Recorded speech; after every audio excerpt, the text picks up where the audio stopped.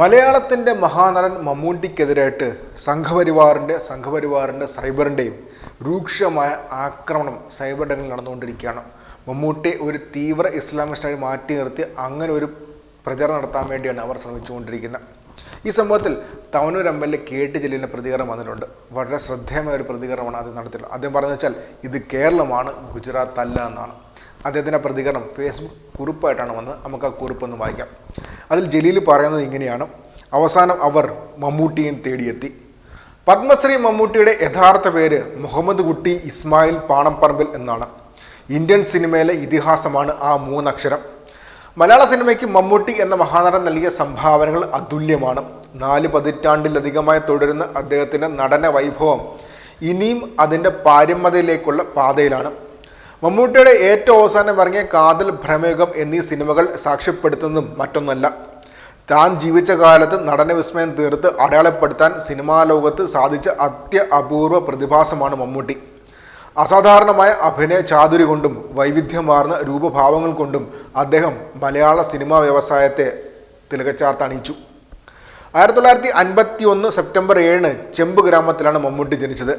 മഹാരാജാസ് കോളേജിൽ നിന്ന് ബിരുദവും എറണാകുളം ഗവൺമെൻറ് ലോ കോളേജിൽ നിന്ന് നിയമപഠനവും പൂർത്തിയാക്കി അദ്ദേഹം 71 പുറത്തിറങ്ങിയ അനുഭവങ്ങൾ പാളീച്ചകൾ എന്ന ചിത്രത്തിലൂടെയാണ് അഭിനയ രംഗത്തേക്ക് കാലെടുത്ത് വെച്ചത്. 80 പുറത്തിറങ്ങിയ മേളയിലെ തകർപ്പൻ വേഷം മലയാള സിനിമയുടെ ചക്രവർത്തി പദത്തിലേക്ക് യാത്രയ്ക്ക് തുടക്കമിടാൻ കാരണമായി. ഓരോ സിനിമകൾ പുറത്തു വരുമ്പോഴും മമ്മൂട്ടി കൂടുതൽ അജയ്യനായി. പിന്നിട്ടതിനേക്കാൾ എത്രയോ ദൂരം ഇനിയും തൻ്റെ കഴിവ് പുറത്തെടുക്കാൻ മുന്നോട്ട് പോകേണ്ടതുണ്ടെന്ന തിരിച്ചറിവിലാണ് അദ്ദേഹത്തെ മറ്റുള്ളവരിൽ നിന്ന് വ്യത്യസ്തനാക്കിയത്.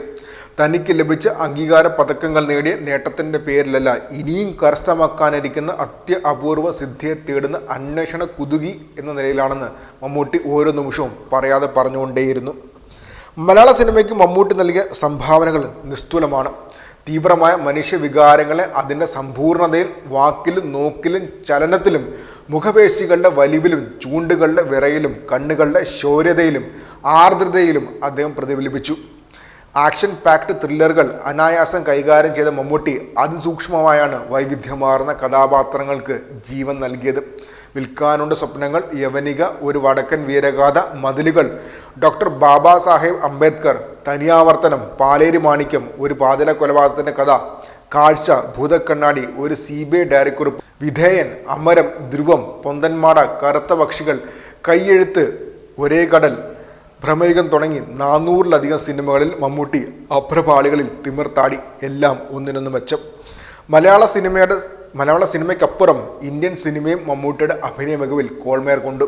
ഇംഗ്ലീഷ്, ഹിന്ദി, തമിഴ്, തെലുങ്ക്, കന്നഡ തുടങ്ങിയ ഭാഷകളിൽ നിരൂപക പ്രശംസ നേടിയ നിരവധി ചിത്രങ്ങളിൽ വേഷമിടാൻ കഴിഞ്ഞ മലയാളി താരമെന്ന ബഹുമതി മമ്മൂട്ടിക്ക് മാത്രം അവകാശപ്പെട്ടതാണ്.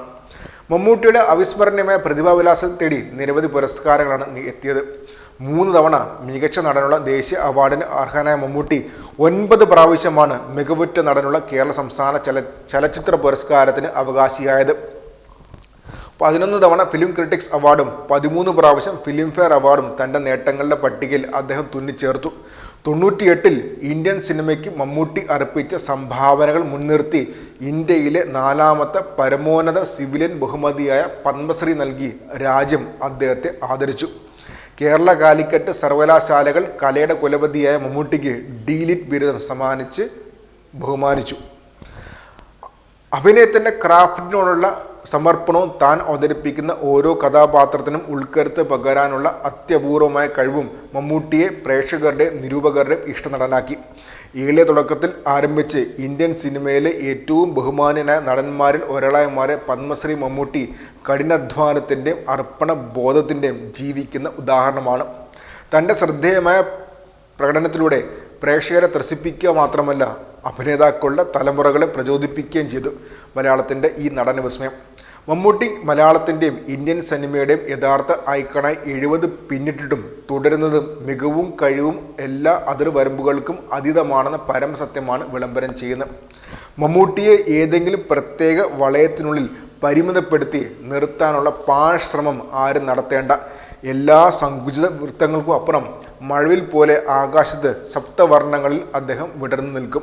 ഒരു കാർമേഘം കൊണ്ടും പ്രതിഭയുടെ ആ പ്രഭ കേന്ദ്രത്തെ മറയ്ക്കാൻ കഴിയില്ല. മമ്മൂട്ടിയുടെ മനസ്സിൻ്റെ തിളക്കമളക്കാൻ മതേതരോമീറ്ററുമായി ആരും നടക്കേണ്ട.